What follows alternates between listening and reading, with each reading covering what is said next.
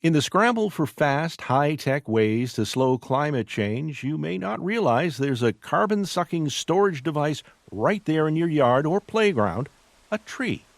Here's what just one sugar maple can do. So my favorite tree here sequesters approximately 166.3 pounds of CO2 annually. So that's quite a number just for one individual tree. That's Danielle Ignace, a Harvard Forest Research Associate. She stands beneath a maple that stretches 3 to 4 stories above a gurgling river. Sure, it's super low tech, and trees alone won't fix the damage caused by climate change, but it gives a sliver of hope. And it starts with the leaf she's pulled into one hand. This is where all the action is, right? That's right. This week, WBUR's Martha Biebinger looks at trees and our health. We start with one tree.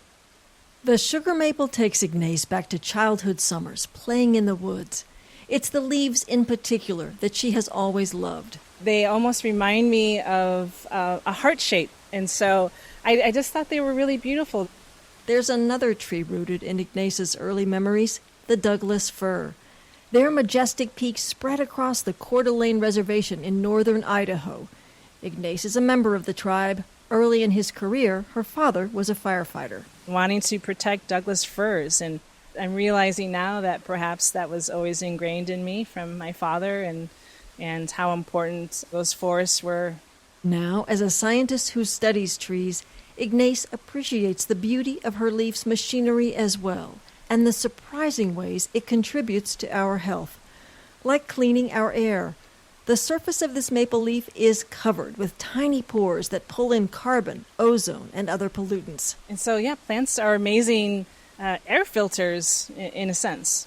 And leaves themselves can capture particle matter as well. Those flecks of chemicals and debris that can inflame our lungs get caught on the fibers of the leaf as pollution moves through the air. Trees have a really unique ability in certain situations to help us deal with that. The thousands of leaves on Ignace's tall maple are also mini air coolers. Her tree draws water up through its roots and sends it out into the leaves. The millions of pores release tiny puffs of water vapor. Not as good as an air conditioner, but I'll take it on such a hot day. That vapor and vast canopy of shade keeps a stone patio near this tree and the air around us about 10 degrees cooler than in Ignace's sun-baked driveway. In the midst of all that cleaning and cooling, this maple is also performing a feat science is struggling to recreate.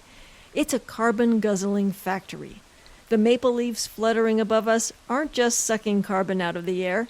They're turning that carbon into sugar and using it to grow. We can think of this as everything from the trunk to the branches and the leaves to roots.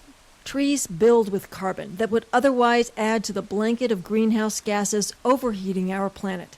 And right now, Ignace's sugar maple is pumping. We are in the middle of its growing season, so we're approaching its peak activity for the year. There's a lot of talk about planting new trees to fight climate change. Ignace agrees that we need more trees.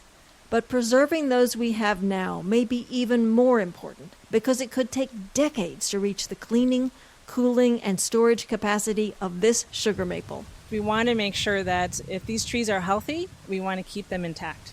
That means managing threats like drought and development.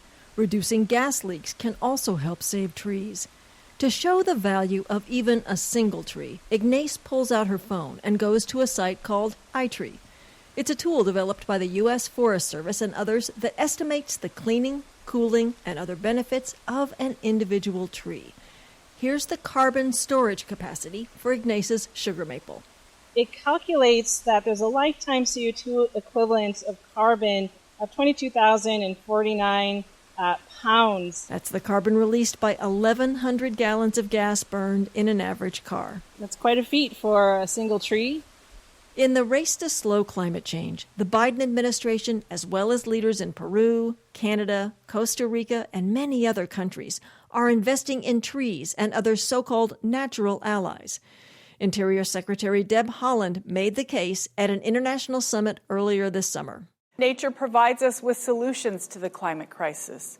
Achieving net zero by 2050 will not be possible without nature. In Massachusetts, where 64% of the land is covered by forests, climate experts say preserving those areas, as well as your favorite tree and mine, is among the critical steps the state must take to tackle climate change. For 90.9 WBUR, I'm Martha Biebinger.